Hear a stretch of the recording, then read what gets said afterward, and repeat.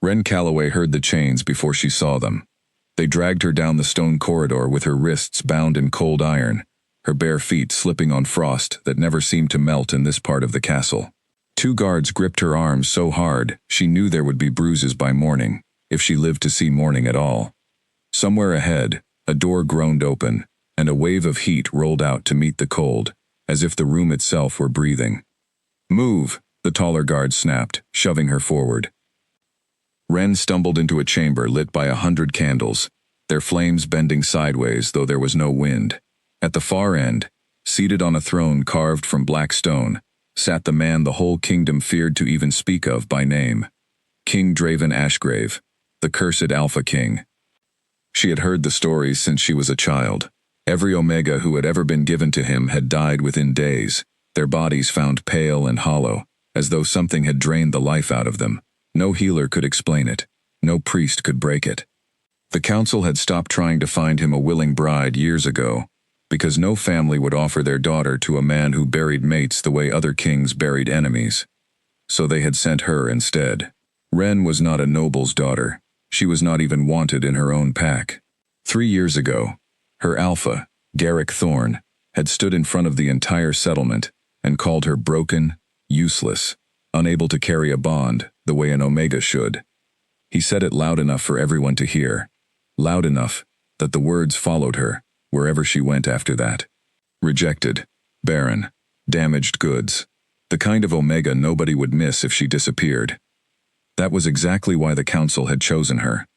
If the curse claimed her life, no one would grieve. No family would demand justice. No pack would rise in anger. She was, in the words of the council chancellor, an efficient use of an already spoiled resource. Ren had wanted to scream when she heard him say it through the door of the meeting hall. Instead, she had said nothing, because saying nothing was the only power she had left. Now she stood in front of the king, and for the first time since they had taken her from her small room 3 days ago, she let herself look up. She expected a monster. The stories always painted him as something twisted, something with claws where hands should be, eyes that glowed with whatever curse lived inside him. What she saw instead was a man, broad shoulders wrapped in a dark coat, hair the color of wet slate, and a face that might have been handsome if it were not carved from something so still, so guarded, that it looked more like a mask than skin. His eyes found hers immediately, and Ren's breath caught in her throat.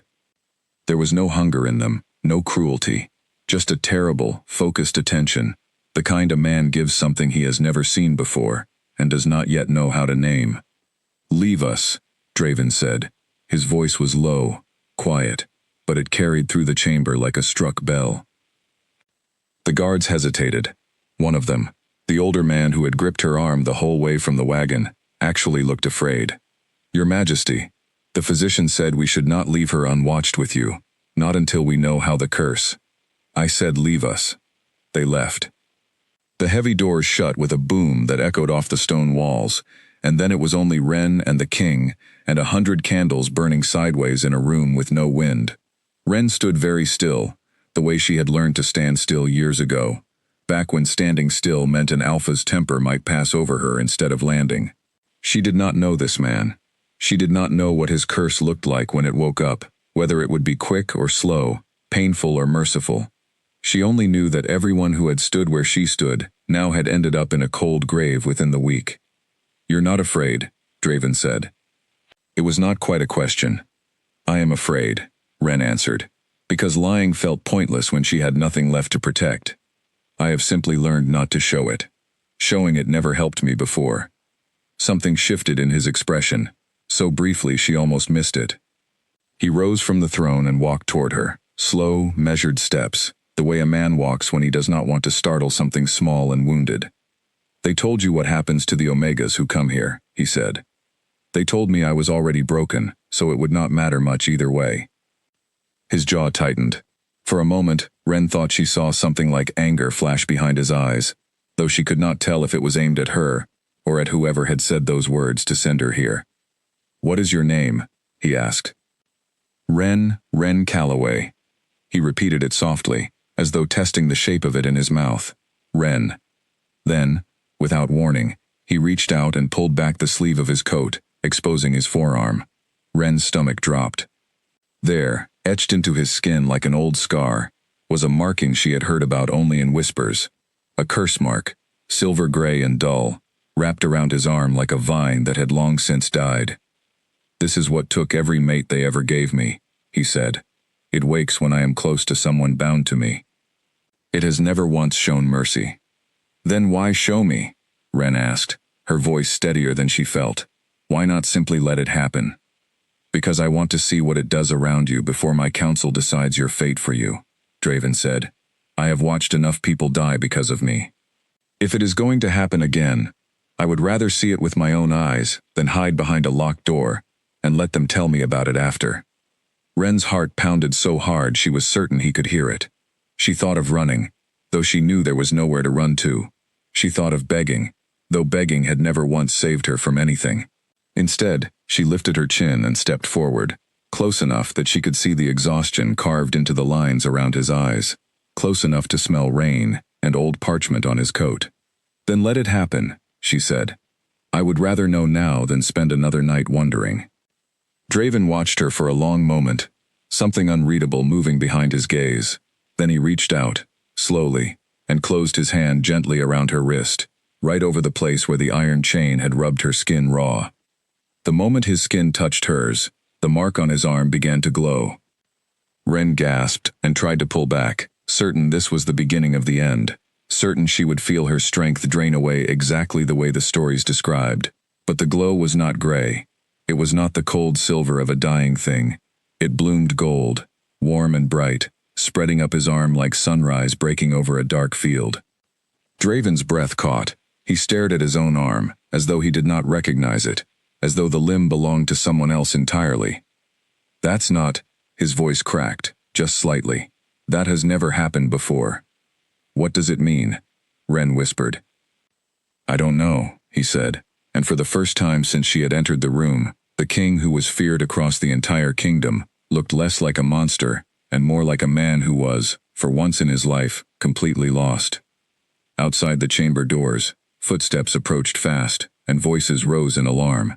Someone must have seen the golden light spilling from beneath the door, because within moments, the doors burst open, and the court physician rushed in, followed by 2 more guards, and a thin, sharp-eyed man in dark red robes that Ren would later learn belonged to Lord Edric Vane, the king's own cousin.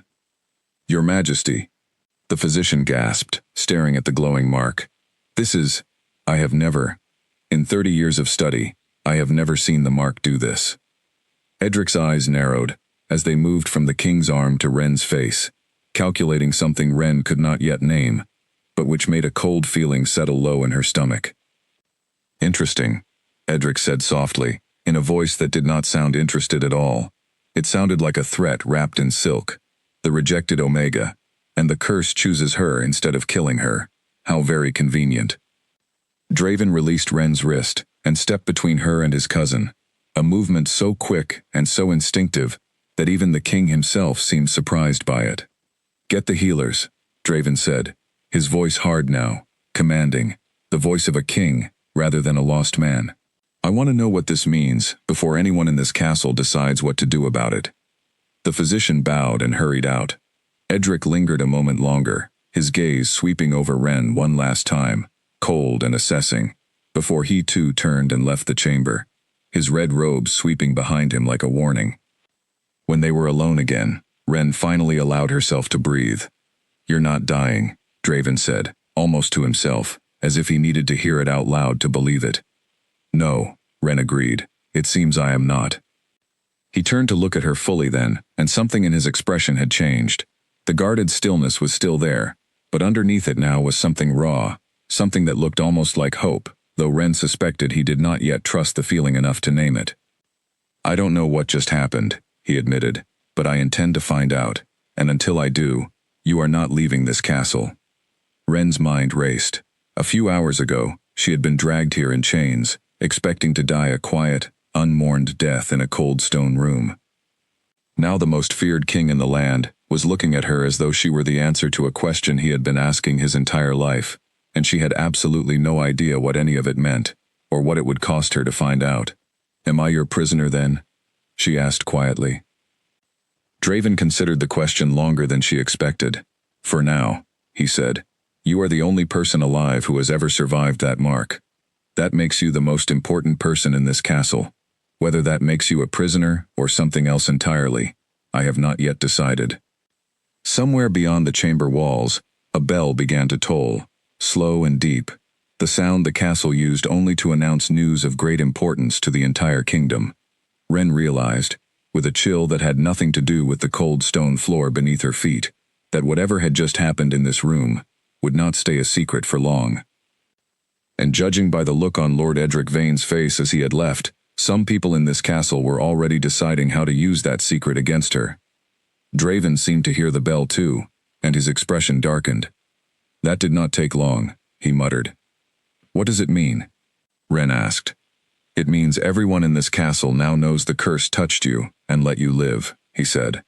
And in a place like this, Ren Calloway, that kind of news makes you either very valuable or very dangerous to have alive. He did not need to say which one his cousin would prefer. Ren looked down at her wrist, at the place where his hand had held her, at the skin that still felt warm from his touch, even though the golden light had faded now, leaving only the faint gray outline of the curse mark, hidden once more beneath his sleeve. Whatever this was, whatever it meant, she understood one thing, with absolute certainty, as the bell continued to toll through the cold stone halls of the castle. Her life, whatever was left of it, was no longer her own to walk away from. For 3 years, Ren had lived as a ghost in her own settlement, invisible, unwanted, a cautionary tale whispered about by mothers, warning their daughters not to disappoint their alphas. She had made peace with being forgotten. She had told herself that being forgotten was safer than being seen. But now, standing in a candlelit chamber beside a king whose curse had chosen to spare her, Ren understood that she would never be forgotten again, and she was not entirely sure, as the bell's final toll faded into silence, whether that was the best thing that had ever happened to her, or the beginning of something far more dangerous than anything she had survived before. Draven studied her for a long moment, then extended his hand, not to grab her wrist this time, but as an offer, something she could choose to take or refuse. Come, he said, if you are going to stay in this castle, you should not spend another night in a cell built for someone the guards expected to be a corpse by morning. Ren looked at his open hand, then at the golden light that had already begun to fade from beneath his sleeve, then at the closed doors, beyond which an entire court was already whispering her name for the first time. She placed her hand in his. Then show me where I am staying, Your Majesty, she said, because it seems neither of us knows exactly what happens next. A faint, almost startled smile crossed his face, gone as quickly as it appeared, but Ren had seen it, and something about it made the cold stone corridor feel just slightly less like a tomb, and just slightly more like the beginning of something neither of them had asked for, but both of them, in that strange golden moment, had somehow already chosen. Draven led her out through a side passage instead of the main hall, and Ren understood why the moment they stepped into the open corridor beyond. Servants lined the walls, whispering behind their hands, straining for a glimpse of the Omega the curse had refused to kill. A young maid nearly dropped a tray of silver cups when she saw them pass, her eyes wide with something between fear and fascination. Word had clearly already spread faster than the guards could contain it. Ignore them, Draven said quietly, without slowing his pace. They will talk regardless of what I say. They think I am cursed too now, Ren said. It was not a question. They think you are something they do not understand, he corrected. In my experience, people fear what they cannot explain, far more than they fear what they can. He led her up a wide staircase and down a corridor, lined with tall windows, the moonlight spilling across polished stone floors that looked nothing like the frozen passage where the guards had first dragged her. At the end of the hall, he stopped before a heavy wooden door and pushed it open, revealing a chamber far grander than anything Ren had ever slept in. A fire already burned in the hearth, casting warm light over a bed piled with soft blankets, a wash basin of clean water, and a wardrobe standing open, with simple, clean clothing folded inside. This was prepared for you before I ever agreed to meet you, Draven admitted, watching her reaction carefully. My physician insisted on it, in case you survived the first hour. I do not think even he expected you to survive this long. Ren stepped inside slowly, running her fingers along the edge of the wardrobe, as though she expected it to disappear if she touched it too hard. It had been years since anyone had prepared anything for her, with the assumption that she deserved comfort rather than punishment. "Why does it matter to you what happens to me?" she asked, turning to face him. "An hour ago, you did not know my name." Draven was quiet for a moment, his gaze drifting toward the window, toward the dark shapes of the mountains beyond the castle walls. "Because for as long as I can remember, I have been the reason good people died," he said finally. "Every Omega who came through those doors trusted that I would protect them, and every single one of them ended up in the ground because of a curse I never asked for and never learned how to break. Tonight, for the first time, someone stood in front of that curse and lived. I intend to understand why before I allow anyone, including my own council, to decide what that means. And if they decide it means something you do not agree with." His eyes returned to hers, and there was something steady and unshakable in them now, something Ren had not expected from a man the entire kingdom called cursed and dangerous. "Then they will have to go through me first," he said simply. A guard appeared at the doorway then, clearing his throat apologetically. "Your Majesty, the council has requested an emergency session. They are asking for you immediately." Draven's jaw tightened, but he nodded. "Tell them I am coming." He turned back to Ren, his expression shifting into something more careful, more guarded, the mask sliding back into place now that others were near. "Rest if you can. Lock the door behind me if it makes you feel safer. No one will enter this room without my permission, not while I am still king." He left before Ren could respond, his footsteps fading quickly down the corridor, already moving toward whatever battle waited for him in the council chamber.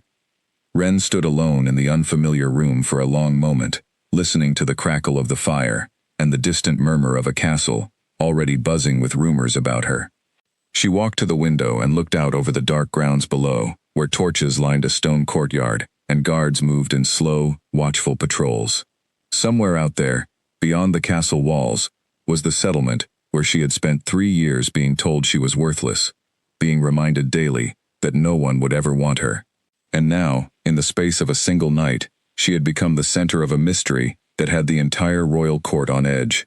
She thought of Lord Edric Vane's cold, calculating eyes as he had looked at her in the throne room, the way he had called her survival very convenient, in a tone that made it sound like an accusation rather than a compliment. She did not know much about court politics, but she understood enough to know that a man who looked at unexpected miracles with suspicion rather than wonder was a man who saw only opportunity, or threat, in everything around him. Ren pressed her palm against the cool glass of the window and closed her eyes, trying to steady the storm of thoughts crashing through her mind. Only hours ago, she had believed she was walking toward her death, and some small, tired part of her had almost welcomed the idea, if only because it meant an end to years of being unwanted. Now she stood in a warm room, in a castle she never expected to see, wearing chains that had already been removed from her wrists, wondering what kind of future waited for an Omega that even a curse refused to take. She did not have an answer, but for the first time in 3 long years, Ren realized she was curious to find out, rather than simply afraid. Behind her, the fire popped softly in the hearth, and outside, the bell that had announced her survival to the entire kingdom finally fell silent, leaving only the quiet hum of a castle holding its breath, waiting to see what would happen next. Ren woke to sunlight cutting through unfamiliar curtains and the sound of someone moving quietly near the hearth.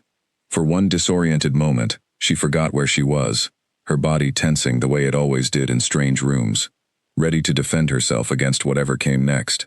Then she remembered the throne room, the golden light, the king, who had looked at her like she was a puzzle worth solving, rather than a burden to be discarded, and the tension in her shoulders eased just slightly. "You're awake." The voice belonged to a young woman with warm brown skin and dark curls pinned back from her face, currently arranging a tray of bread and fruit on a small table near the window. "I was told to bring breakfast and not to wake you if you were still sleeping, but I confess I was hoping you would wake on your own." "I have never met anyone the curse let live." Ren sat up slowly, pulling the blanket around her shoulders. "You're not afraid of me."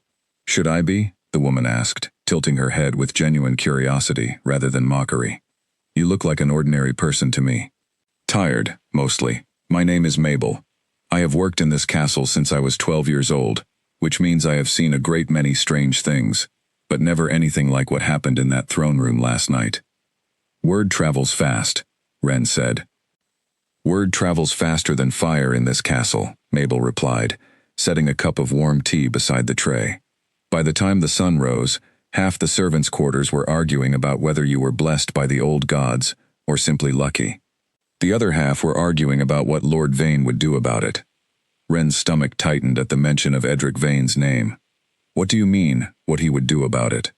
Mabel hesitated, glancing toward the door as though checking they were truly alone.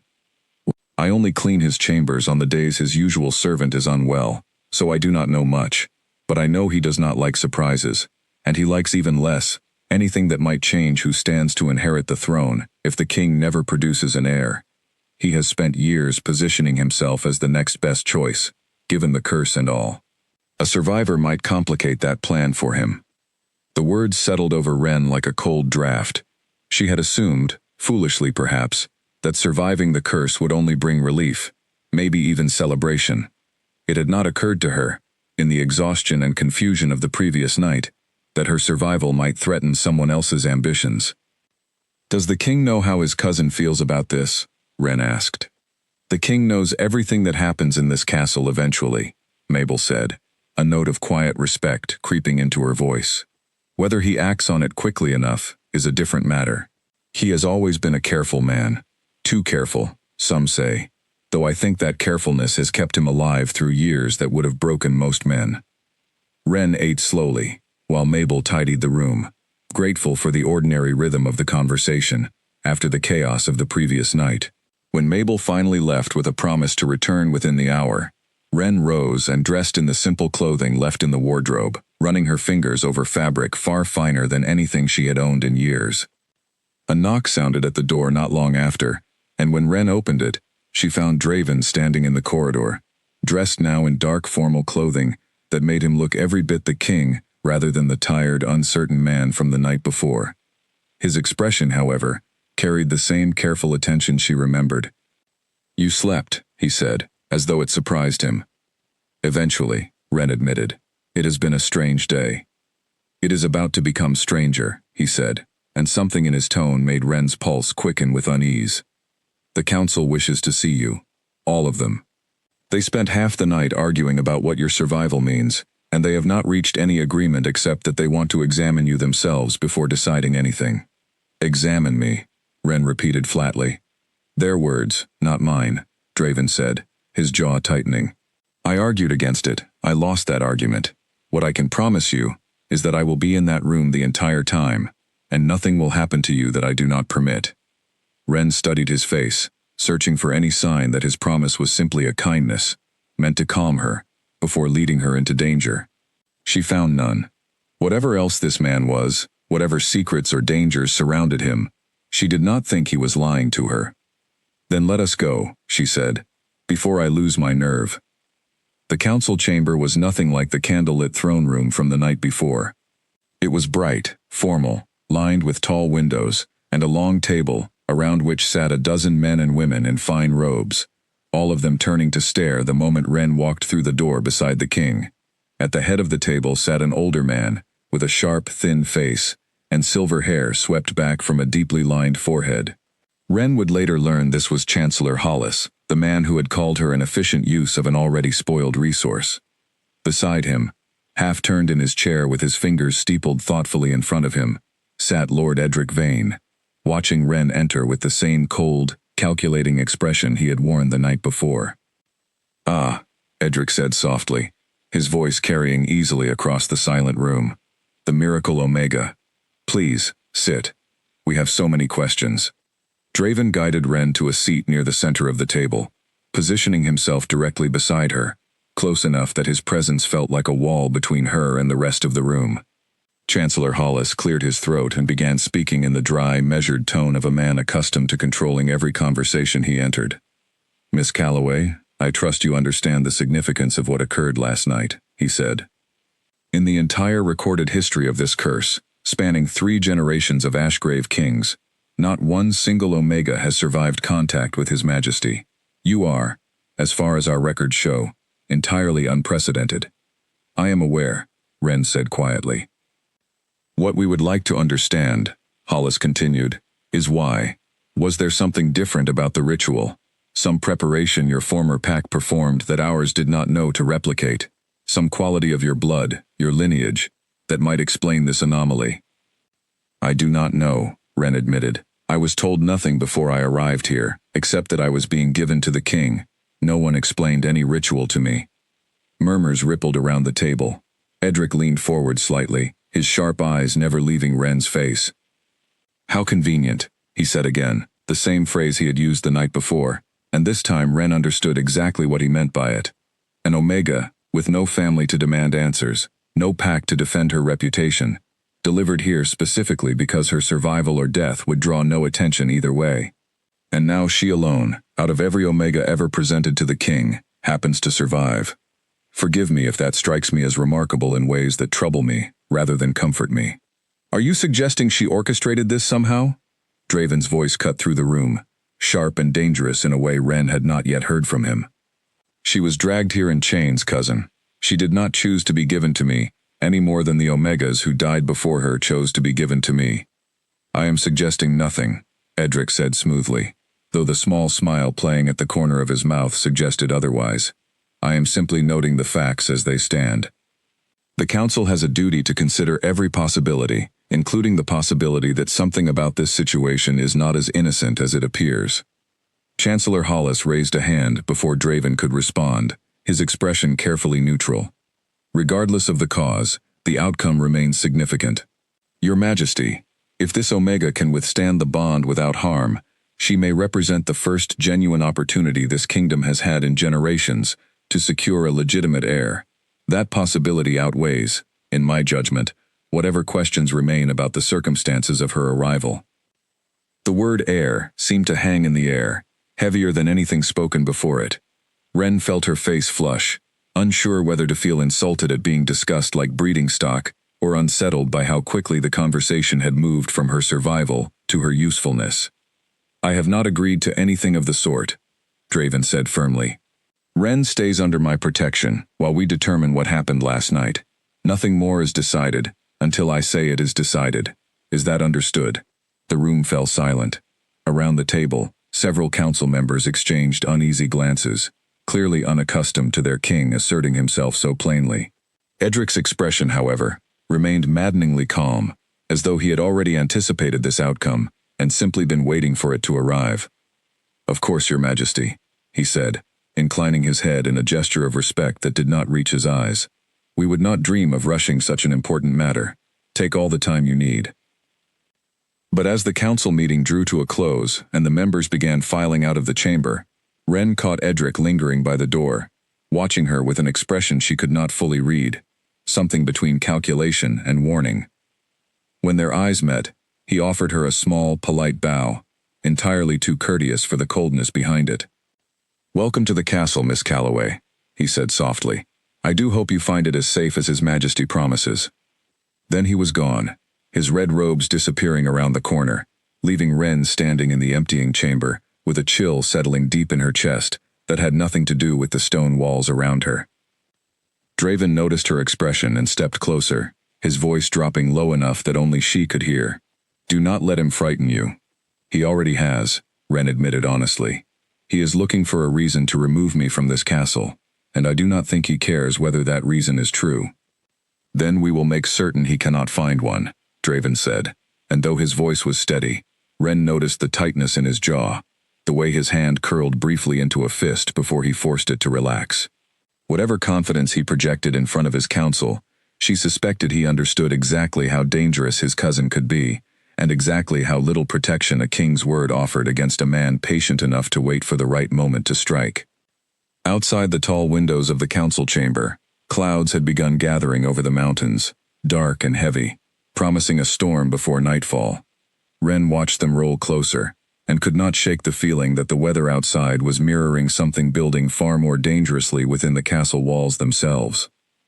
The storm broke just after sundown, rain hammering against the castle windows in long, steady sheets. Wren sat curled in the window seat of her chamber, watching lightning flash over the distant mountains, when a soft knock interrupted the silence. She opened the door to find Draven standing there, his dark hair damp as though he had been walking the castle grounds despite the weather, a habit she was beginning to suspect he used to clear his mind. "I did not expect you tonight," she said. "I could not sleep," he admitted. "I thought perhaps you could not either."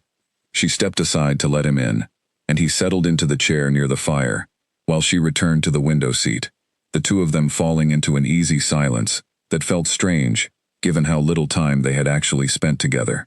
Strange, and yet not entirely unwelcome.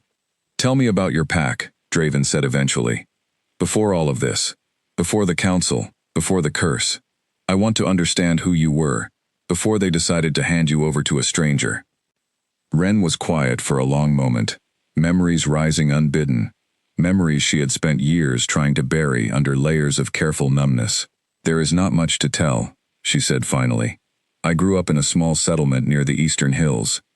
My parents died when I was young, so I was raised mostly by an aunt who tolerated me rather than loved me.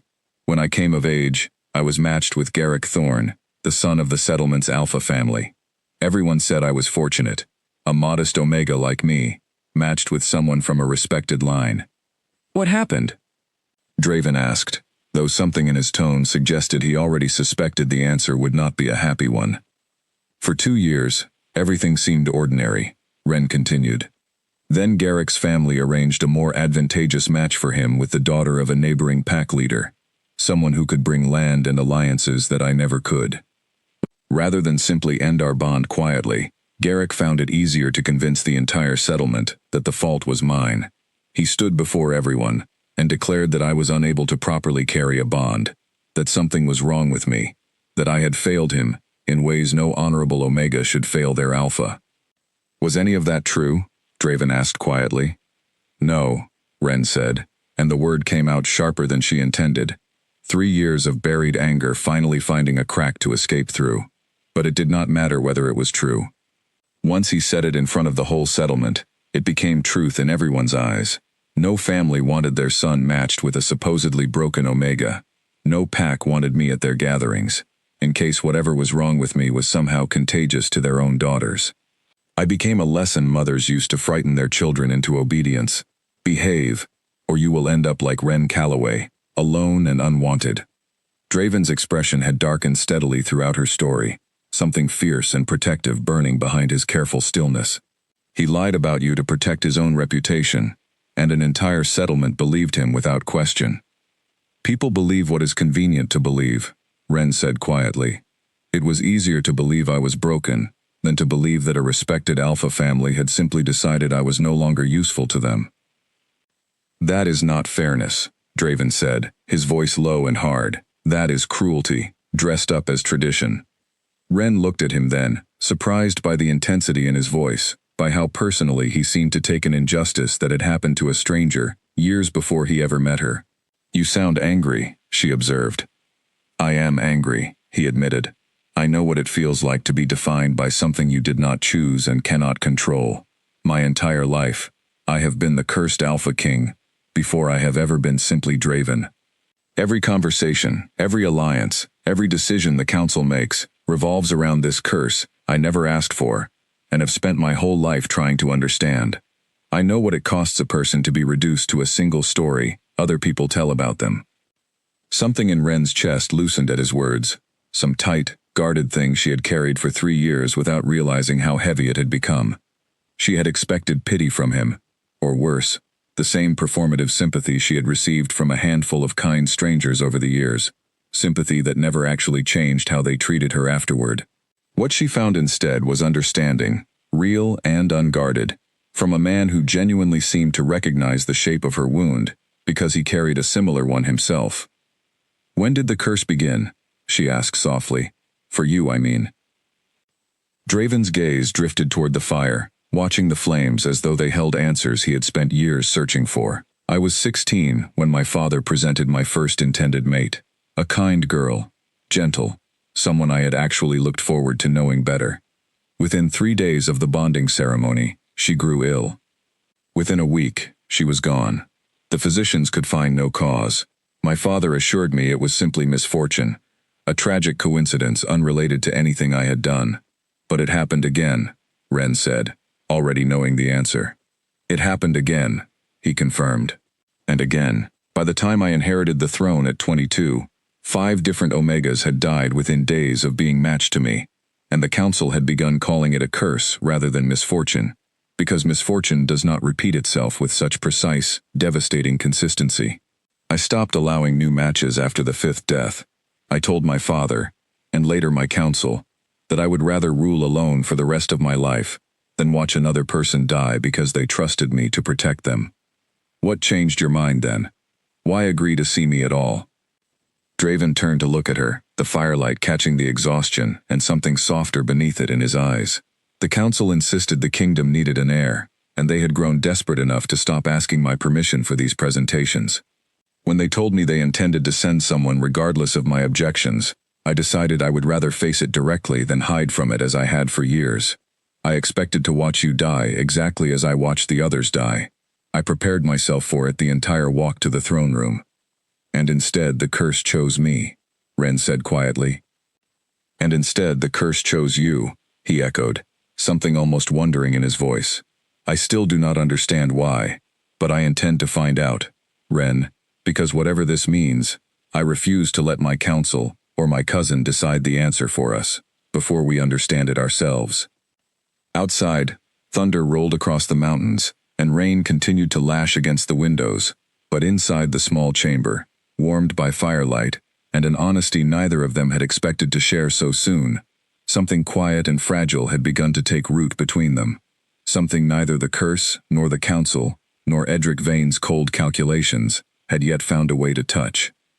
Ren studied Draven's face in the flickering light, the tired lines around his eyes, the careful way he held himself even now, as though bracing for the world to take something else from him. She thought of Garrick Thorne, standing before the entire settlement, discarding her with a few careless words. She thought of the council calling her an efficient use of spoiled resources, and she thought of this man, feared across the entire kingdom, sitting quietly in her chamber during a storm, simply because he did not want her to face her first night in this strange castle alone. "Thank you," she said softly, "for treating me like a person rather than a mystery to be solved." Draven's expression softened into something Ren had not yet seen from him, something almost gentle. "You are a person before you are anything else, Ren. I intend to remember that, regardless of what my council decides you might also be." The storm raged on outside, but for the first time since the guards had dragged her from her small, cold room 3 days ago, Ren did not feel afraid of what tomorrow might bring. 3 days passed before Draven summoned Ren to his private study, a room she had not yet seen, tucked away behind the council chamber and guarded by a young captain named Corin who nodded politely as she approached, rather than eyeing her with suspicion the way most of the castle staff still did. Inside, shelves lined every wall, stacked with books and scrolls that looked older than the kingdom itself, and Draven stood at a long table, covered in maps and yellowed documents, his sleeves rolled up, his expression focused in a way that made him look younger somehow, less burdened by the weight of the crown. "You wanted to see me," Ren said from the doorway. "I did." He gestured her forward without looking up from the document in front of him. "I have been thinking about how we should proceed, given what happened between us, and given how quickly my council seems determined to turn it into something political, rather than simply understanding it. I have a proposal." Ren crossed the room and stood beside him, glancing at the scattered documents, most of which were written in a script she did not recognize. "What kind of proposal?" "You remain here, officially as my intended mate, under my protection," Draven said. "This gives you a legitimate reason to stay within the castle, access to the archives, and enough standing that Edric cannot simply have you removed on a whim. In exchange, we use the time this arrangement buys us to investigate the curse together, to understand why it responded to you the way it did. Nothing more is expected of you than that, no genuine bond, no obligation beyond appearances, until we understand what we are truly dealing with." Ren studied him carefully, searching his face for any hint of manipulation, any sign that this arrangement served some hidden purpose beyond what he claimed. She found only the same careful, guarded honesty she had come to recognize over the past few days. Still, 3 years of learning to distrust promises made her cautious. "And if the investigation reveals nothing?" she asked. If we never learn why the curse spared me, what happens to this arrangement then? Then you remain free to leave this castle with resources enough to build a life anywhere you choose, far from anyone who ever called you broken. Draven said simply, I will not trap you here, Ren. Whatever else I am, I do not believe in holding people against their will. I have spent my entire life resenting the ways others have controlled my fate. I refuse to do the same to you. Something in his tone convinced her more than his words alone could have. Ren nodded slowly. Then I accept your proposal. Though I confess I do not know the first thing about pretending to be someone's intended mate in front of an entire royal court. A faint, genuine smile crossed Draven's face, the kind Ren had only glimpsed once or twice since arriving. Fortunately, neither do I. We shall have to learn together. Over the following days, their arrangements settled into an unexpected rhythm. Mornings were spent in the castle archives, searching through generations of records for any mention of a curse mark responding differently to a mate, while afternoons found them walking the castle gardens, ostensibly for the benefit of watching eyes among the staff, though Ren found she looked forward to these walks regardless of who might be observing them. Draven, she discovered, possessed a dry sense of humor buried beneath his careful composure, one that emerged more freely the longer they spent in each other's company. You are frowning at that book as though it has personally wronged you, he observed one afternoon, watching her squint at a particularly dense passage of ancient script. It has, Ren replied without looking up. It keeps promising answers in the table of contents, and then delivering nothing but genealogy records for 3 generations of minor nobility no one has cared about in 200 years. Welcome to Royal Archives, Draven said, settling into the chair across from her. Half of what my ancestors preserved for the future turned out to be tax records and complaints about neighboring kingdoms stealing grazing land. Ren laughed despite herself, a genuine sound that surprised her almost as much as it seemed to surprise him. It had been a long time since laughter had come easily, and something about the warmth of his answering smile made her chest feel lighter than it had in years. Their search was not without frustration, however. The archives held countless records of the curse's devastating history, detailed accounts of Omega after Omega falling ill within days of a bonding attempt, but nothing that explained why Ren alone had survived. Some nights, Draven grew visibly weary, staring at pages of failed theories and dead ends, with an expression that reminded Ren uncomfortably of a man carrying the weight of every death the curse had ever caused. You blame yourself for all of them, she observed one evening, watching him rub his eyes after hours of fruitless reading. How could I not? He asked quietly. Each of them trusted their families to make a good match for them. Each of them ended up dead because of something living inside me that I never asked for and cannot control. Whatever answer we find in these archives, it will not undo what happened to any of them. No, Ren agreed gently. But it might mean it never happens to anyone else again. That matters too, Draven. Perhaps even more. He looked at her then, something vulnerable flickering across his features, before he carefully smoothed it away, though not quickly enough to hide it from her entirely. You have a talent for finding hope in places I have long since stopped looking for it. I have had a great deal of practice looking for reasons to keep going, Ren said simply. It becomes a habit, eventually, even when the reasons are small. Their evenings often ended this way, quiet conversations that drifted from the curse towards smaller, gentler topics, the kind of ordinary exchanges Ren had not realized she missed until she found herself sharing them again. She told him about the small kindnesses she remembered from childhood, before her aunt's tolerance curdled into indifference. He told her about sneaking out of formal court functions as a boy, to watch the stable hands train young horses, the only place in the castle where no one had expected anything of him beyond simply being present. Slowly, carefully, something was growing between them that neither had explicitly named, though Ren suspected they both felt its presence, quiet and persistent, in every shared glance and comfortable silence. It frightened her, if she allowed herself to think about it too directly. She had trusted an alpha's affection once before, and paid dearly for that trust, but Draven's care felt different, in ways she was only beginning to understand, patient and steady rather than performative, offered without any expectation that she owe him something in return. Not everyone in the castle shared their growing ease, however. Ren noticed it in the way certain council members watched her cross the courtyard, in the whispered conversations that fell silent whenever she entered a room. in the way Lord Edric Vane seemed to appear with increasing frequency wherever she and Draven happened to be. Always polite, always watching with those cold, calculating eyes that made her skin crawl no matter how courteously he spoke. One afternoon, as she left the archives alone while Draven attended to council business, Wren nearly collided with Edric in the corridor, his red robes sweeping around the corner so suddenly she barely had time to step aside. "Miss Calloway," he said smoothly, inclining his head in that same insincere bow he always offered. "How fortunate to find you unaccompanied. I have been hoping for the chance to speak with you privately." "I am not sure we have anything to discuss, my lord," Wren said carefully, keeping her tone polite despite the wariness coiling in her stomach. "On the contrary, I believe we have a great deal to discuss," Edric replied, his voice dropping into something quieter, more pointed. "You strike me as an intelligent woman, Miss Calloway, so I will speak plainly. Whatever miracle spared your life in that throne room, I do not believe for a moment that it changes what you are, or where you came from. A rejected Omega, cast off by her own pack, suddenly finds herself at the center of royal attention. I have seen ambitious people use far less advantage than you currently possess to climb far higher than they had any right to climb." Wren's spine straightened, old anger flaring beneath years of practiced calm. "I did not ask for any of this, my lord. I was dragged here in chains, expecting to die. I have asked for nothing since, except the chance to understand what happened to me." "Perhaps that is true," Edric allowed, though his tone suggested he did not believe it in the slightest.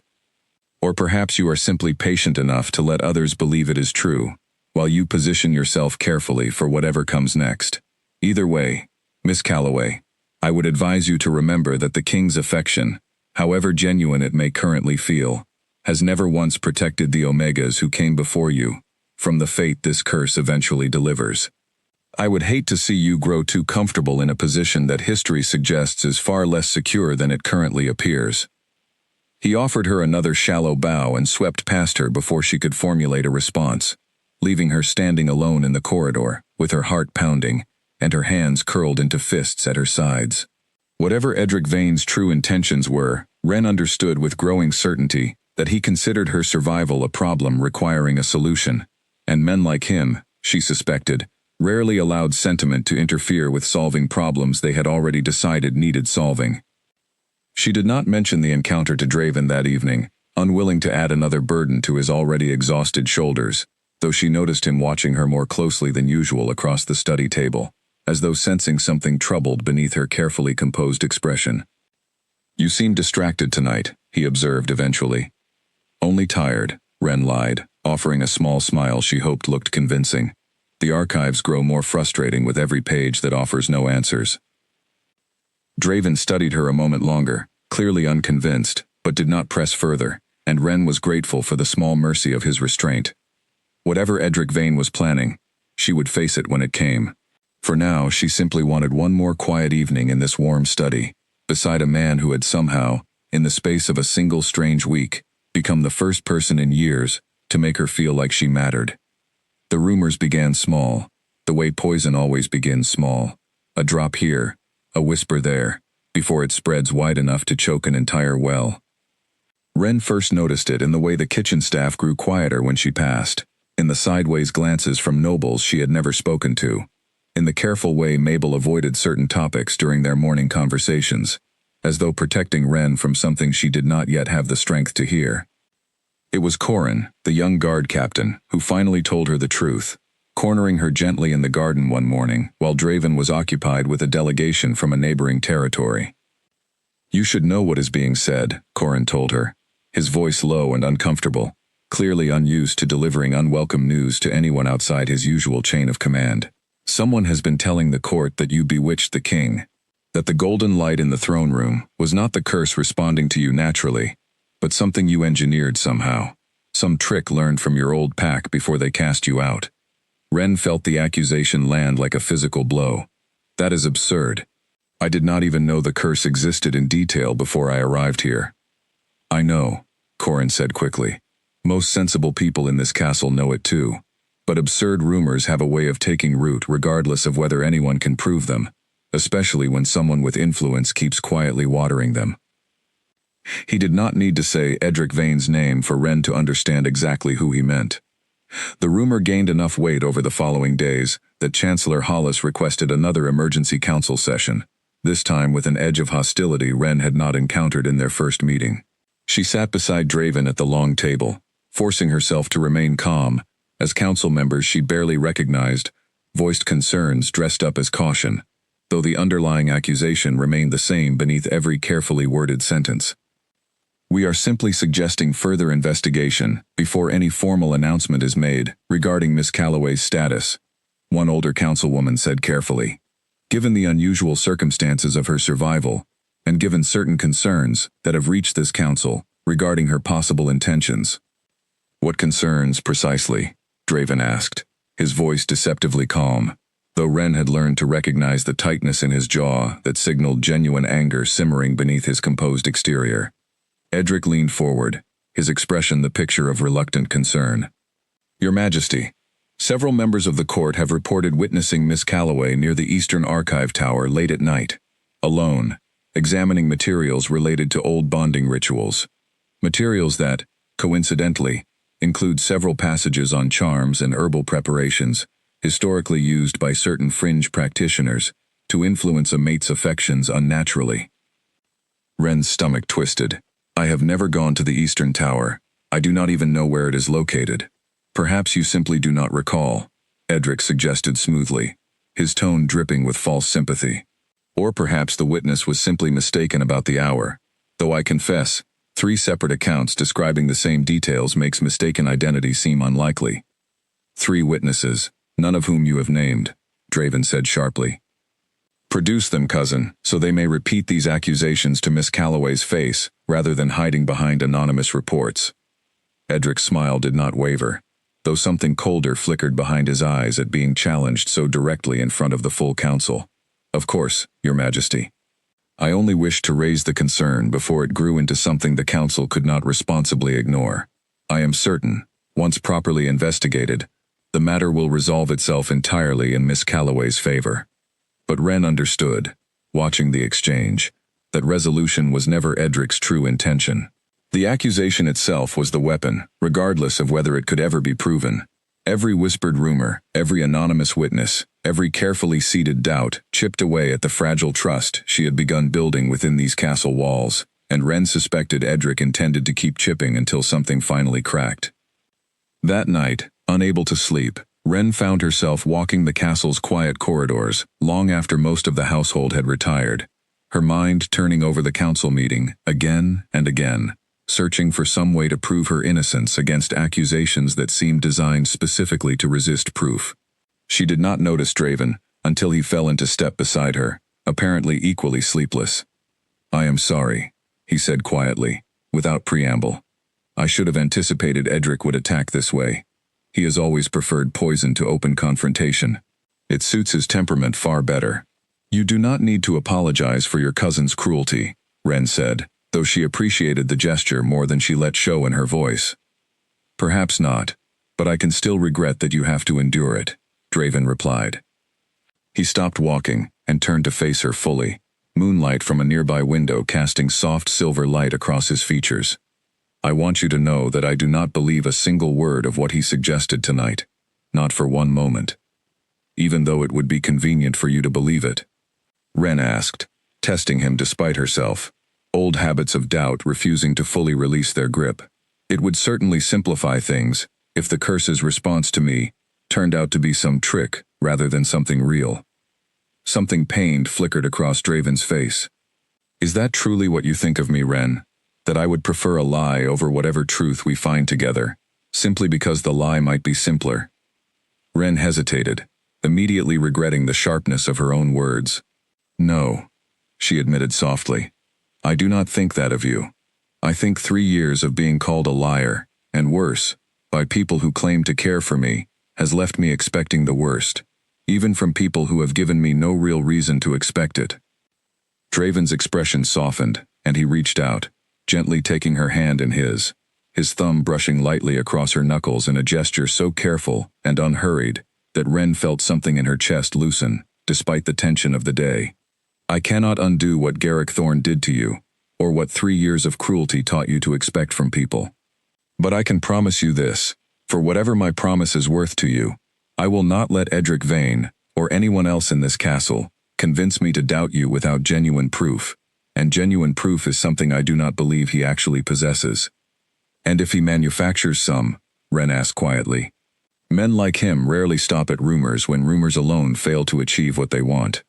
Draven's jaw tightened, and for a moment, the mask of careful composure slipped entirely, revealing something fierce and protective underneath. Then we will face whatever he manufactures together, exactly as we have faced everything else since that night in the throne room. You are not alone in this, Wren, whatever my cousin wants you to believe. They stood together in the quiet, moonlit corridor for a long moment, his hands still wrapped gently around hers, and Wren found herself believing him despite every instinct 3 years of rejection had trained into her. It frightened her, how much she wanted to believe him, how much she had come to rely on his steady presence in a castle full of watching eyes and whispered suspicions. But for tonight, at least, she allowed herself the fragile comfort of his promise, and the quiet, unspoken understanding that whatever storm Edric Vane intended to unleash next, she would not have to weather it alone. The attack, when it came, arrived disguised as kindness. A week after the council meeting, a small package arrived at Wren's chamber door, delivered by a servant she did not recognize, who explained only that a well-wisher among the court had sent a gift to celebrate her recovery from the ordeal of the bonding ceremony. Inside, nestled in soft cloth, sat a small bottle of amber tonic, accompanied by a note claiming it was a traditional remedy meant to strengthen an Omega's constitution after significant strain. Wren might have taken it without question, grateful for what appeared to be a rare gesture of goodwill in a castle that had offered her precious little of it. But Mabel arrived moments later to help her dress for the evening, and something in her expression shifted the instant she noticed the bottle sitting on the dressing table. "Where did this come from?" Mabel asked, her voice suddenly tight with concern. "A gift, apparently," Wren said, "from someone in the court wishing me well." Mabel picked up the bottle carefully, uncorking it, and sniffing at the contents with a wariness that made Wren's stomach drop. "This is not a strengthening tonic," Mabel said slowly. "My grandmother worked as a healer before she passed, and she taught me to recognize certain scents. This smells like nightroot extract, heavily disguised beneath honey and mint. In small doses over time, it causes weakness, confusion, fainting spells.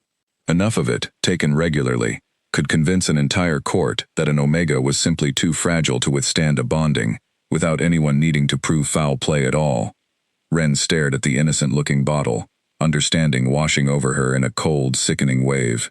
If she had consumed it as instructed, if she had grown weak and confused over the following weeks, it would have appeared exactly like the mysterious illnesses that claimed every Omega before her. No one would have questioned it. It would have simply confirmed what everyone already expected, that the curse had finally, belatedly, claimed her too. "We need to show this to Draven," Wren said, her voice steadier than she felt. They found him in his study, and the moment he saw Mabel's grim expression and the small bottle in Wren's hand, he rose immediately, his careful composure cracking into something far more dangerous than Wren had yet witnessed from him. "Who delivered this?" he demanded, once Mabel had explained what the tonic truly contained. "A servant I did not recognize, Your Majesty," Wren said. He claimed it came from a well-wisher in the court, but offered no name. Draven summoned Corin immediately, and within the hour, the castle guard had traced the delivery back through 3 separate hands, each servant claiming only to have passed along a task given to them by someone higher in the household staff, until the trail finally ended, unsurprisingly, at a young page who worked directly under Lord Edric Vane's household. When confronted, the page broke down almost immediately, confessing through tears that Lord Vane had given him the package with strict instructions to ensure it reached Miss Calloway's chamber, without any indication of its true origin, and had promised significant reward for his discretion, along with an unmistakable threat regarding what would happen should the page ever speak of the errand to anyone. Draven's fury, when he finally confronted his cousin directly, was colder and more controlled than Wren had expected, though no less terrifying for its restraint. He summoned Edric to his private study, rather than the council chamber, wanting no audience for what he clearly intended to be a reckoning, rather than a political maneuver. "Explain this," Draven said, setting the amber bottle on the table between them. his voice dangerously quiet. Edric studied the bottle with an expression of practiced confusion. I have no idea what that is, cousin. Some tonic, apparently. I fail to see what it has to do with me. Your own page confessed to delivering it on your explicit instructions, Draven said. Do not insult me by pretending otherwise. For a long moment, Edric's calm mask slipped, something colder and more honest flickering beneath it. Very well. If you insist on plain speaking, I will oblige you. That Omega is a threat to the stability of this kingdom, whether you are willing to see it or not. Every day you allow her to remain here. Every day you allow this council to believe you might actually bond with her permanently. You delay the inevitable reckoning this kingdom must eventually face. You will not father an heir through her, Draven. The curse has spared her once. It has never once spared anyone twice. You do not know that, Draven said, his voice rising for the first time. None of us know that. Which is precisely why we are investigating, rather than simply accepting your assumptions as fact. And in the meantime, I am meant to watch this kingdom drift further into uncertainty, while you chase a hope that has failed every single time it has been offered before?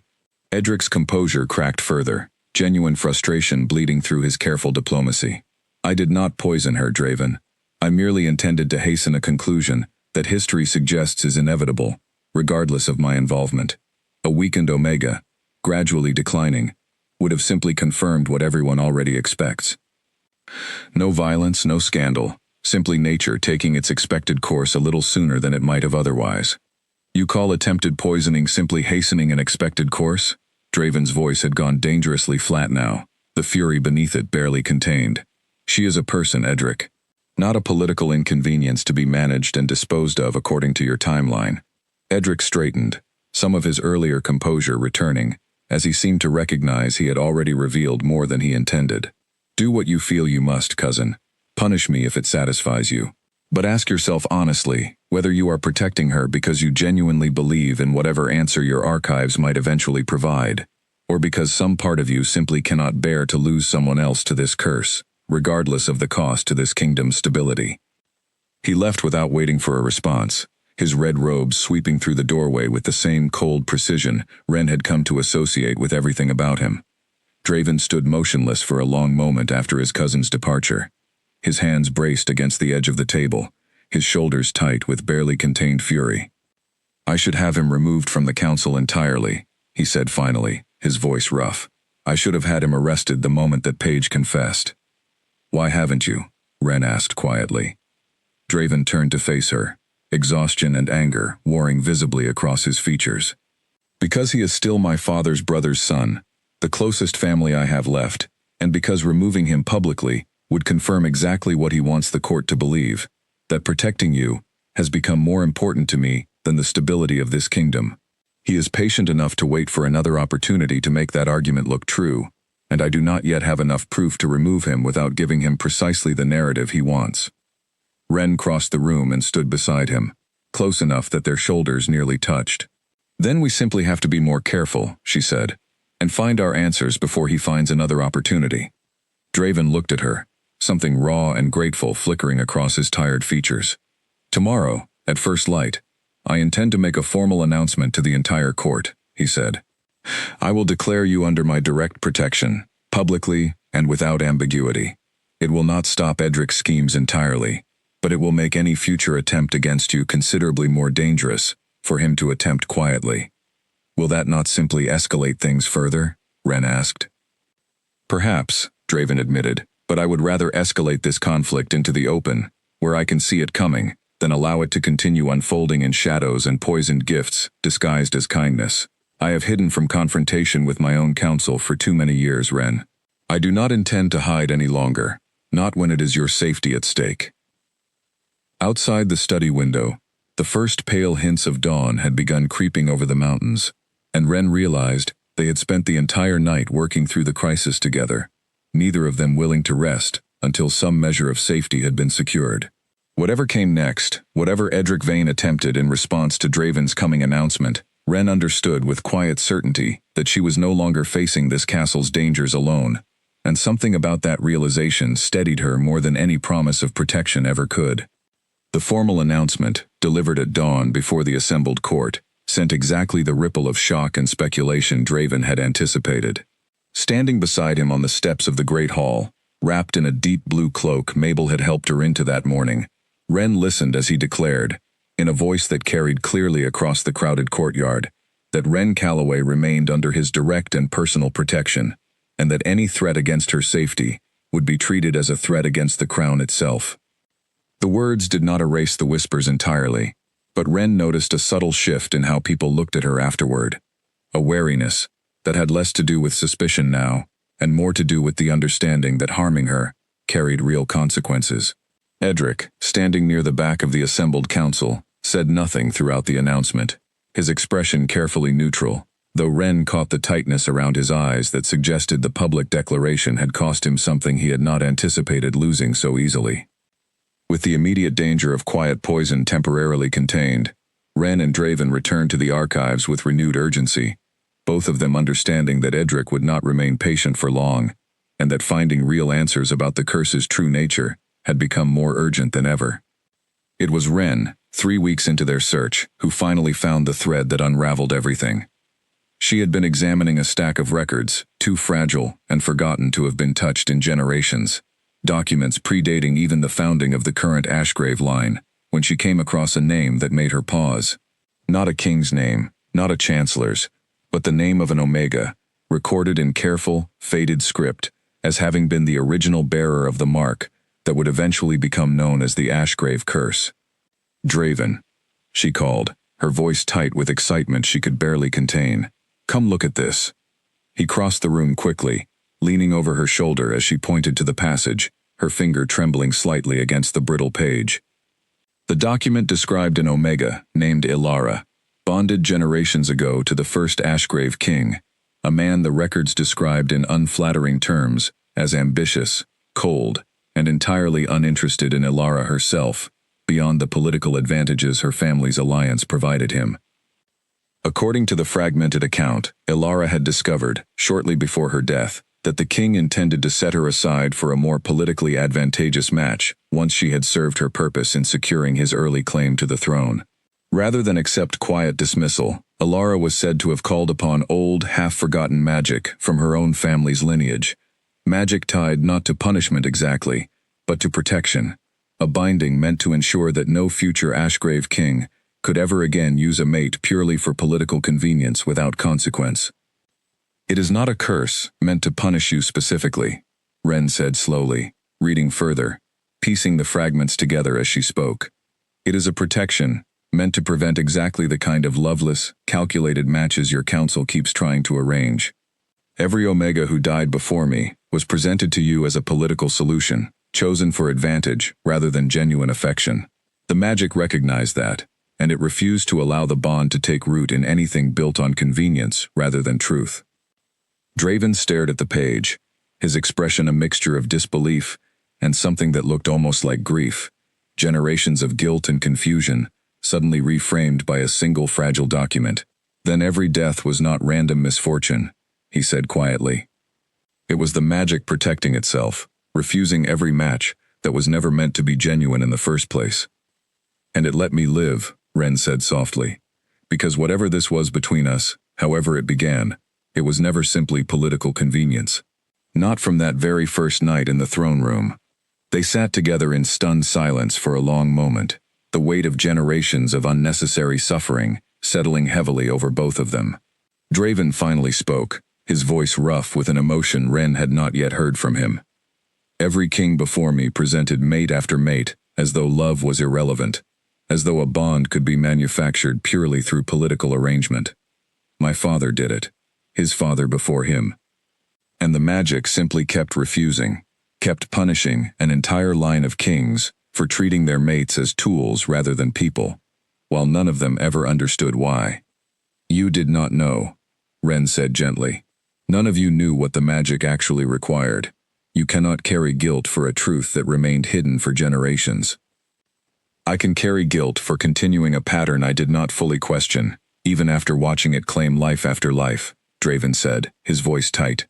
"I told myself I had no choice, that the council's demands left me no room to refuse presentations I knew were doomed to fail.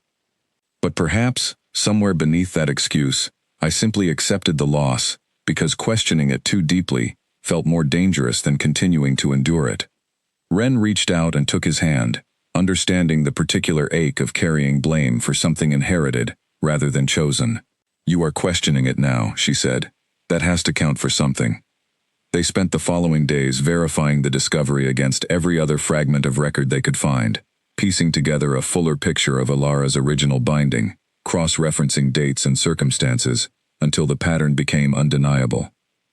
Every previous match had been arranged for political advantage, chosen by councils and fathers rather than by the kings themselves, presented as solutions to problems rather than as people worth genuinely knowing.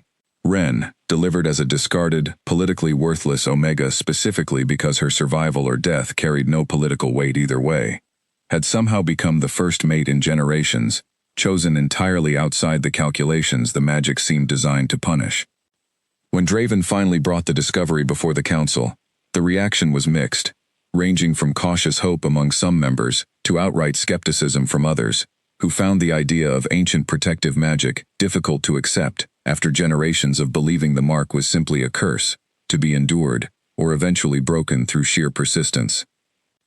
Edric, predictably, dismissed the theory entirely. "A convenient story," he said coolly, during the council session, where Draven presented the archive findings. "One that happens to justify precisely the outcome you already desired before you began your investigation. Forgive me if I find that suspicious rather than persuasive. The document predates any involvement either of us has had in this matter by several centuries, cousin," Draven said evenly. "I did not write it to justify anything. I found it because Ren was thorough enough to search where no one else had bothered looking in generations. Or you found precisely what you wanted to find, because you wanted to find it badly enough," Edric countered. "I do not doubt your sincerity, Draven. I doubt your objectivity, which is an entirely different concern." The council session ended without full resolution, several members requesting additional time to review the archive materials themselves before accepting such a significant reinterpretation of generations of established belief.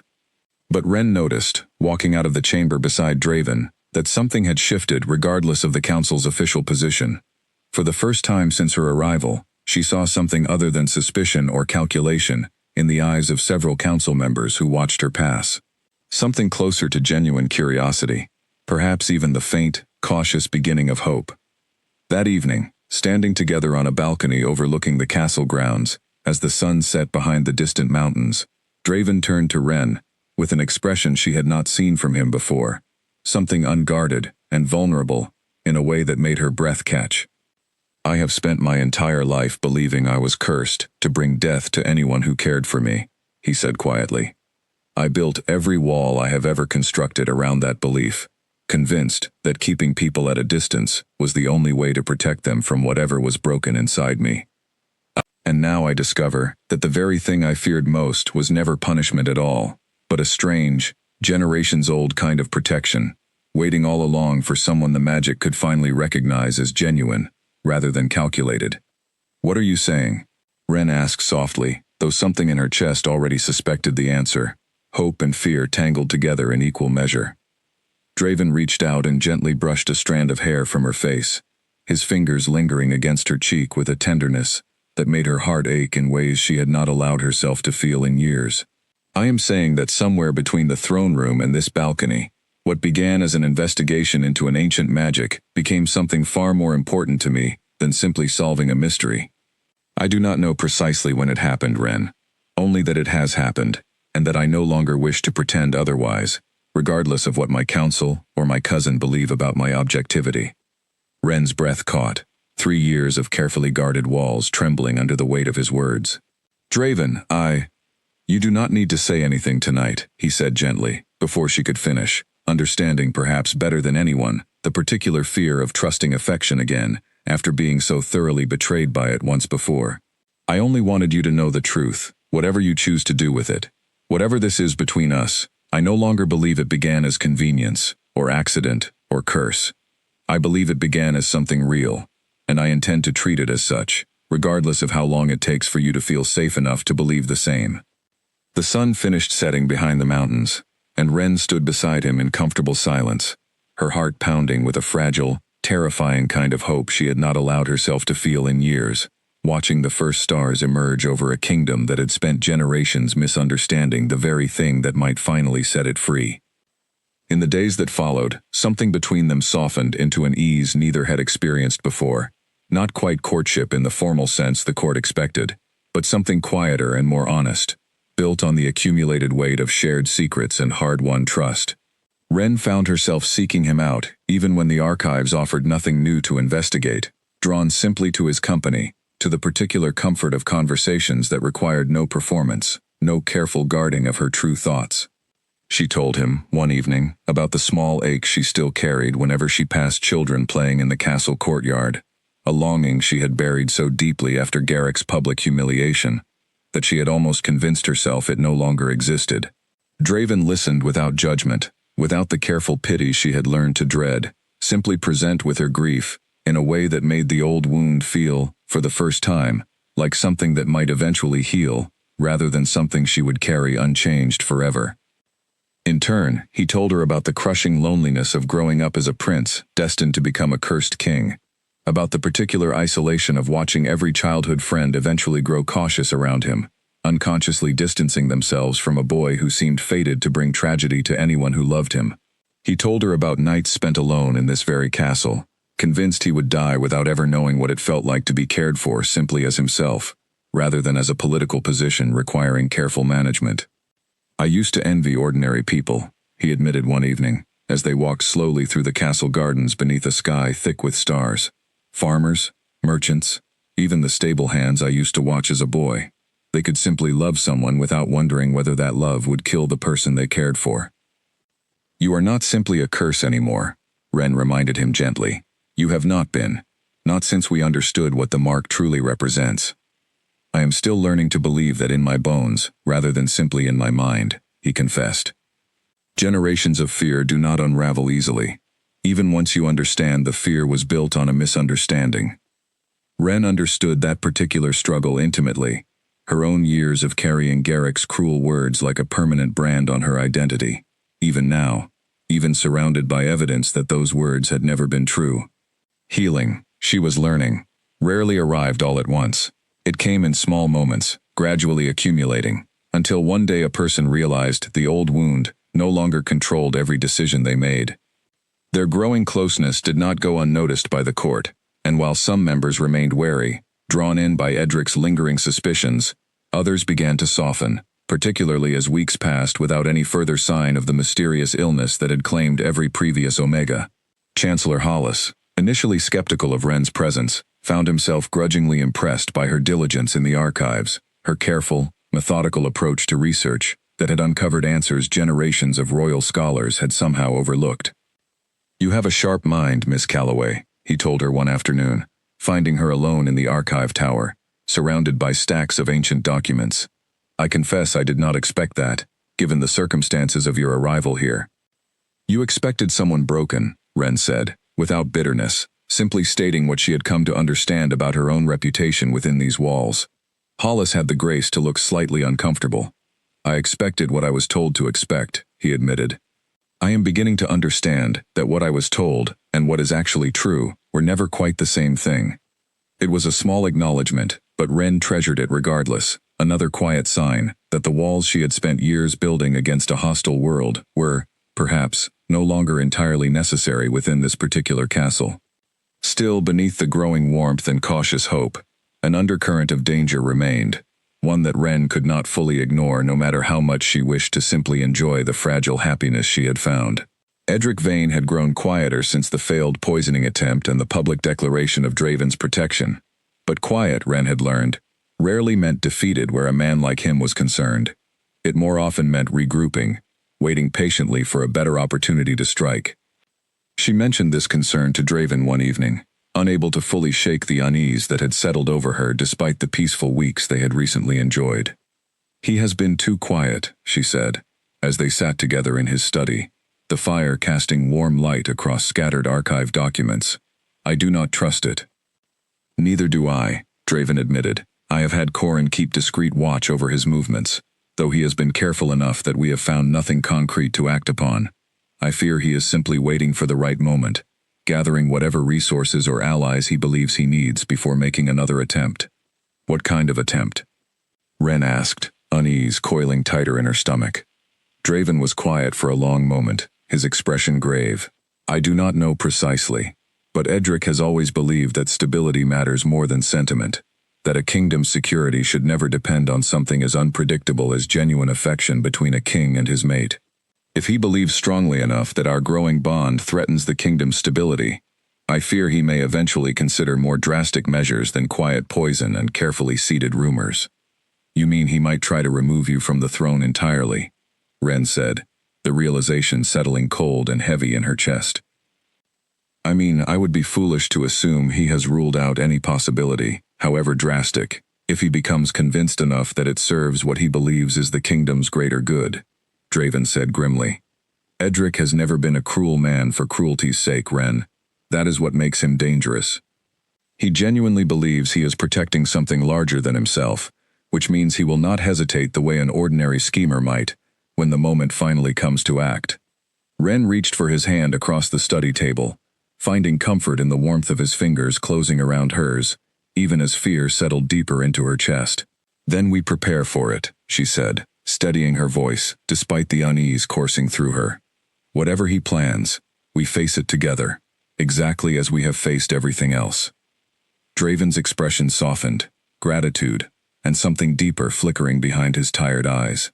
Together, he agreed quietly, and though the word offered little concrete protection against whatever storm Edric Vane was quietly gathering, it settled something anxious and afraid deep within Ren's chest, a reminder that whatever came next, she would not face it as the isolated, unwanted Omega who had arrived in chains all those weeks ago. She had found, in this strange castle full of danger and suspicion, something she had genuinely believed she would never find again, after Garrick's cruelty had convinced her she was unworthy of it. She had found someone who saw her clearly, who valued her honestly, and who stood beside her rather than merely above her. Whatever Edric Vane intended, Ren understood with quiet, steady certainty that she would not surrender that easily, not after everything it had cost her to find it in the first place. The blow, when it finally fell, arrived during the autumn gathering, a formal court event held each year to mark the harvest season, attended by nobles from every corner of the kingdom. Ren stood beside Draven in the great hall, dressed in deep green silk Mabel had spent days preparing, watching the assembled court with a wariness she could not quite shake despite weeks of relative peace. Edric approached midway through the evening, flanked by two counselors Ren did not recognize, his expression carrying none of its usual careful diplomacy. Something had changed, she realized immediately. Some final decision reached that had stripped away his patient scheming in favor of open confrontation. Your Majesty, Edric said, his voice pitched deliberately loud enough to carry across the hall, drawing the attention of nearby nobles, who quickly fell silent, sensing the tension crackling in the air. I must formally request the Council's immediate reconsideration of Miss Calloway's status within this court. This is neither the time nor the place for council business, cousin, Draven said, his voice tight with barely restrained warning. On the contrary, I believe this is precisely the right time, Edric continued, undeterred, raising his voice further, so the entire hall could hear him clearly. I have new evidence suggesting Miss Calloway's survival was never the miracle you have convinced this court to believe. Evidence suggesting she arranged her own presentation here, manipulating circumstances specifically to gain access to the throne through deception rather than genuine fate. Murmurs rippled through the crowded hall, nobles turning to stare at Ren, with expressions ranging from shock to renewed suspicion. Ren felt her pulse racing, old fear rising fast and sharp, memories of Garrick's public accusation flooding back with painful clarity. What evidence? Draven demanded, stepping slightly in front of Ren, though his tone made clear he intended to hear Edric out rather than simply dismiss him. Edric gestured, and one of the counselors beside him produced a folded letter, holding it aloft for the assembled court to see. A letter, discovered among correspondence intercepted from Miss Calloway's former settlement, describing detailed plans to seek advantage through royal presentation, written in a hand our scholars confirm matches Miss Calloway's own writing. Ren's blood ran cold. I never wrote such a letter. I have never written anything of the kind to anyone. The handwriting analysis suggests otherwise, Edric said smoothly, though something in his eyes flickered with barely contained satisfaction at her visible distress. Then the handwriting analysis is wrong, or the letter itself is a forgery, Draven said sharply, because I know Wren's character well enough to know she would never orchestrate something so calculated, and I will not allow a single unverified document to undo weeks of genuine evidence regarding her innocence. Genuine evidence you gathered yourself, alongside the very person whose innocence you are now defending, Edric countered, his voice carrying easily across the silent hall. Forgive the court, cousin, if that strikes some as less than entirely objective. The hall had grown tense, nobles whispering urgently among themselves, and Wren felt the familiar, sickening sensation of an entire room turning against her based on accusations she had no immediate way to disprove. But this time, unlike the humiliation Garrick had orchestrated years before, she was not alone. Draven stood firmly beside her, and around the edges of the hall, she noticed Corrin quietly signaling several guards into positions near the exits, clearly anticipating that Edric's confrontation might escalate beyond simple accusation. Produce the courier who intercepted this letter, Draven demanded. Produce the scholars who conducted this handwriting analysis, so they may explain their methods before this entire court, rather than simply presenting conclusions without evidence of proper investigation. Edric's confident expression flickered, just slightly, the first genuine crack Wren had seen in his composure since the confrontation began. The courier's identity must remain protected, given the sensitivity of intercepting correspondence from a rival settlement. How convenient, Draven said, echoing the same phrase Edric had used against Wren so many times before, his voice carrying a dangerous edge. An anonymous courier, unnamed scholars, a letter that conveniently surfaces the moment your earlier attempts to remove Miss Calloway from this court have failed. Tell me, cousin, how long did it take you to have this forgery prepared? The accusation hung heavy in the silent hall, and for a long moment, Edric said nothing, his careful mask slipping further, as the assembled nobles began murmuring with a different kind of speculation now, uncertainty shifting from Wren toward the man making the accusations against her. It was Corrin who finally broke the tense standoff, stepping forward with a small leather satchel he had clearly been holding in readiness. Your Majesty, forgive my interruption, but I believe this may be relevant. He opened the satchel and produced several documents, along with a small vial of ink. Following your earlier concerns regarding Lord Vane's activities, I took the liberty of investigating his private correspondence over recent weeks. These documents include payment records to a forger operating out of the lower quarter, along with samples of ink matching precisely the composition used in the letter Lord Vane has just presented to this court. Gasps rippled through the hall.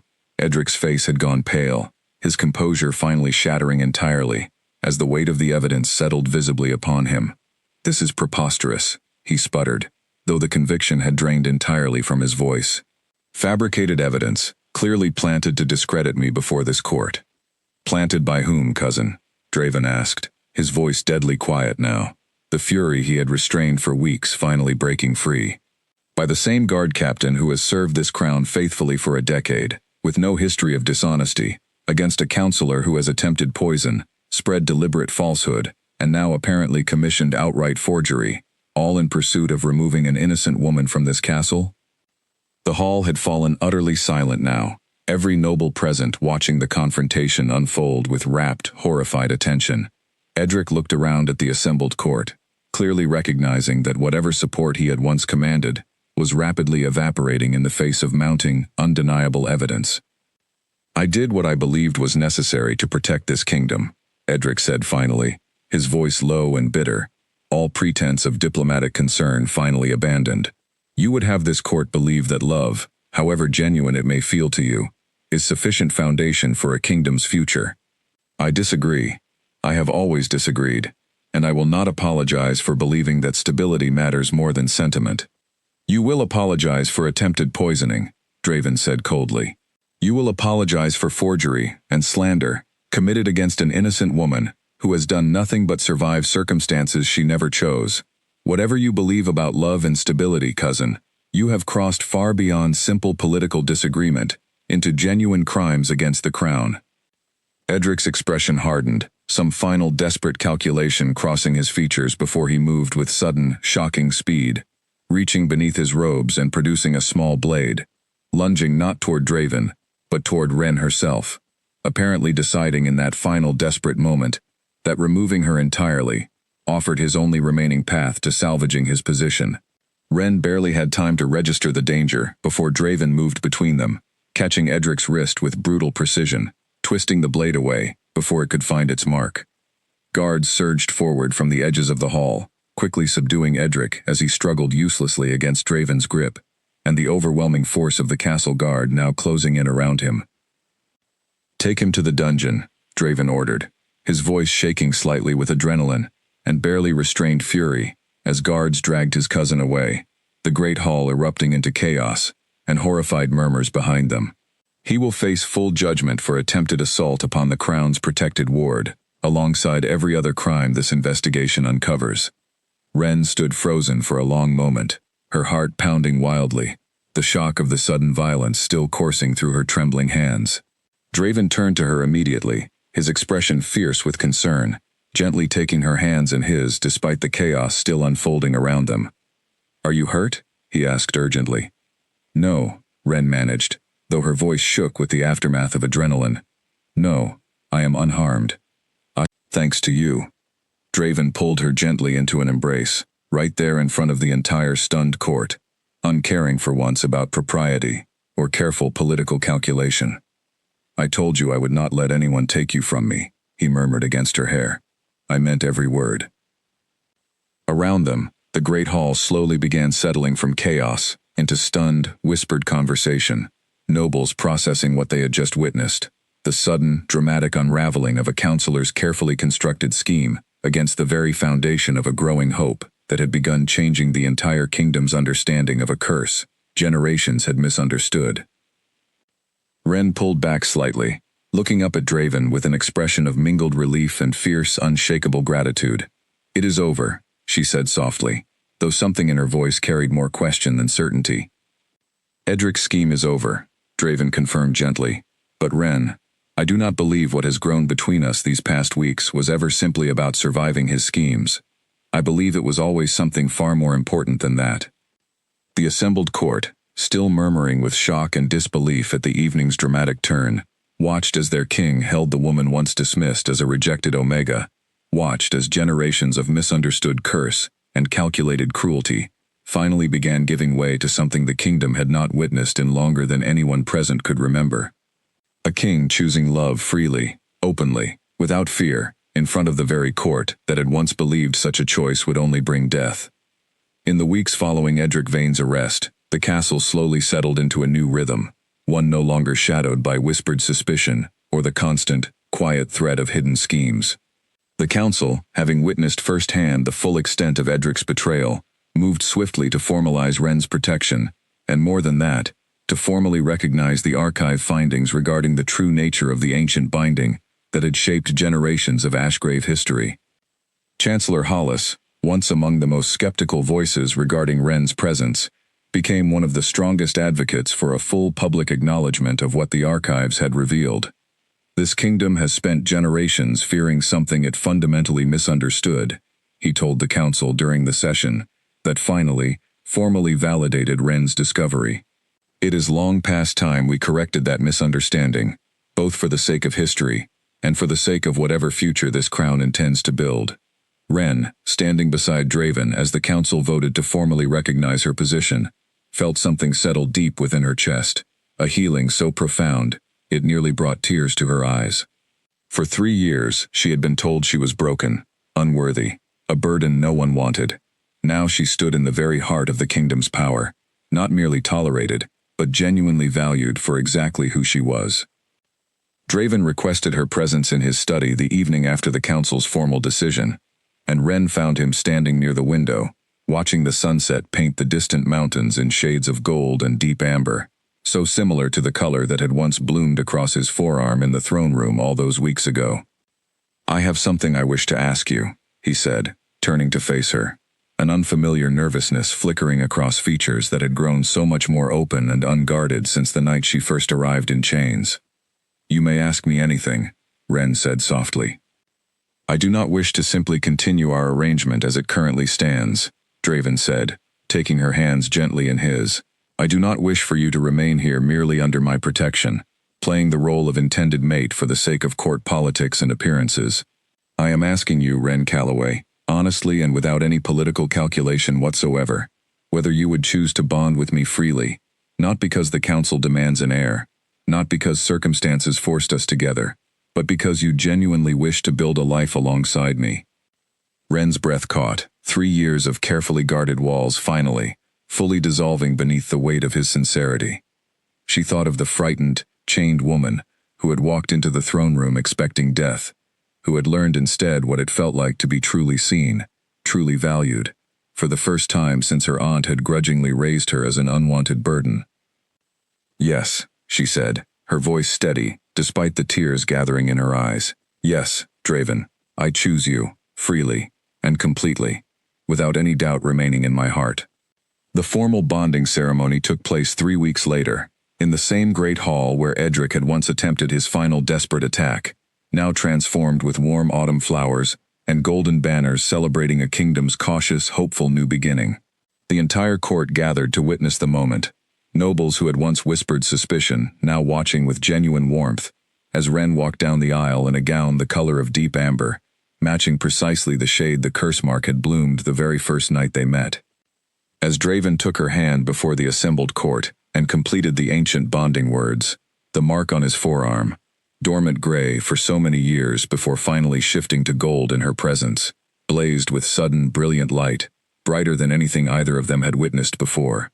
The entire hall gasped as the light spread, not just across his arm, but seeming to fill the space around them both, warm and radiant, before settling gently into a new, permanent shape, a mark no longer resembling a curse mark at all, but something closer to an intricate, beautiful pattern, gold rather than gray, wrapping gently around both their joined hands. It is broken, Draven whispered, staring at his transformed arm in wonder. The curse, Wren, it is finally, truly broken. Wren looked down at the golden pattern connecting their hands, feeling a warmth spread through her chest that had nothing to do with the magic itself, and everything to do with the man standing before her, the kingdom gathered around them, and the future finally opening up before them both, free of generations of fear and misunderstanding. It was never truly a curse, she reminded him gently, echoing the discovery that had changed everything between them. It was protection, waiting patiently for someone genuine enough to finally deserve it. The assembled court erupted into celebration, generations of quiet fear finally lifting from the castle's ancient stones, and Wren found herself swept into the warmth of genuine celebration, for the first time in longer than she could remember, surrounded not by suspicion or careful political calculation, but by real joy, real hope, real belonging.